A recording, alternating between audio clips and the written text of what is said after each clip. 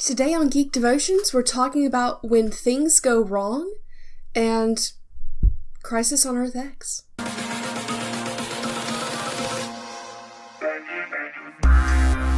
Hello, and welcome to Geek Devotions, a show from a couple devoted geeks devoted to letting people know that they are loved. I am Celeste, and we are so glad that you hit play on this video. Please do not forget to check out our Facebook, Instagram, and Twitter, as well as geekdevotions.com.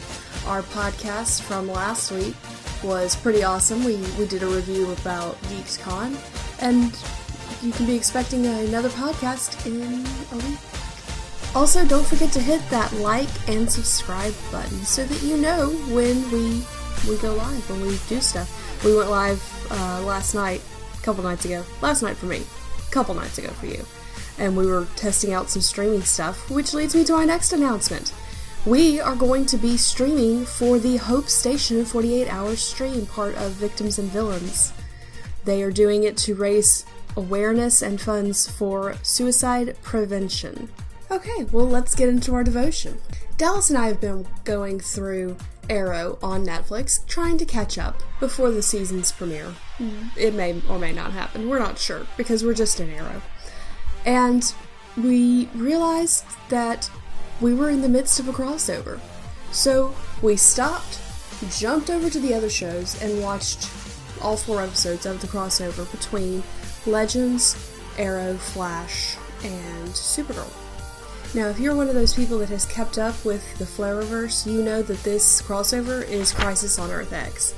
Basically, Nazi versions of everyone come and try to invade because they need Kara's heart to save Nazi Kara. I really love the concept of all these different Earths that DC has going on. It's quite intriguing to me, the fact that just the slightest changes can make the world of difference. And we've seen this used as an example before in The Flash with all of the different Welleses. Personally, I'm wondering what they're going to do when they run out of 52 of them. But it got me thinking about how small things can change even the slightest outcome. You know, what if Dallas and I had never gone to GeekCon? What if Dallas and I had never met? What if you'd never clicked that button? There's a lot of things in our lives that we could go, what if, about. What if this thing had never happened to me? What if I had never made that decision? We can drive ourselves mad with the what ifs. And I just want to bring you a little bit of encouragement so you don't go spinning down into the, oh my god, what if this, what if that, what if this? Because I do that. Because I'm an overthinker.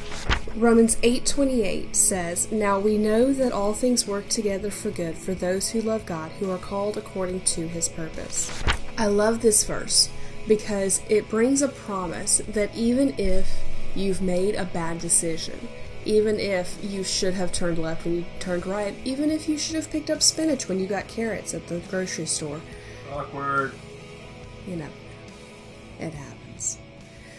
Even if you make a horrible mistake, or if something horrible outside of your control happens, God will work it for your good. He has so many different options for you. He has His perfect will, but He also has what He knows you can handle.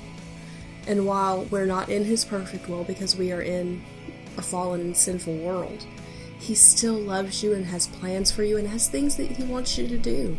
And even though it may not be how He originally wanted you to get there because of a choice you made, you'll still get there. Part of the promise in this scripture is that we are called according to His purposes and we love God. Part of loving God and being in His will and knowing what He wants you to do is the practicality of praying, reading your word, staying in scriptures, and being around like-minded believers. That's the meat and potatoes of it.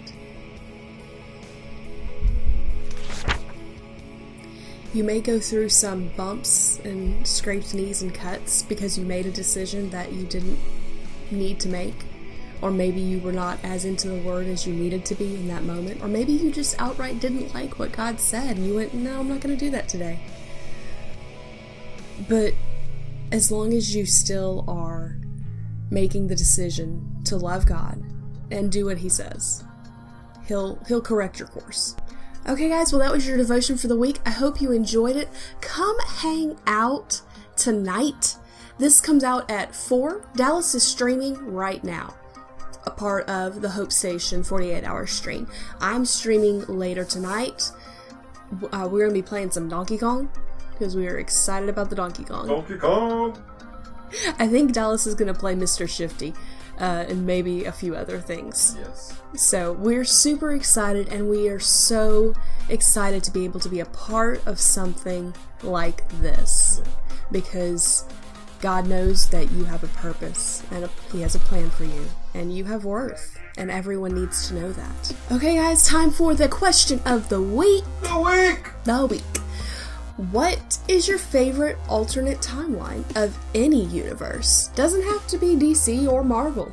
Just any universe. This is so hard for me! It's really hard for Dallas because he loves the what-if stories. So, I like the what-if stories too. So this is kind of difficult for me too.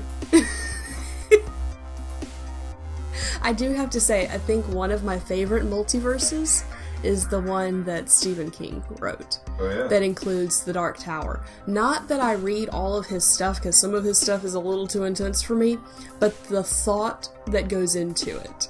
Because he's very intentional about connecting everything, even if you don't realize it. And even though I haven't read all the stories, I've been told about the connections.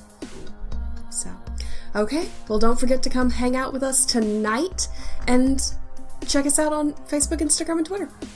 Until next week, stay devoted. Peace and love.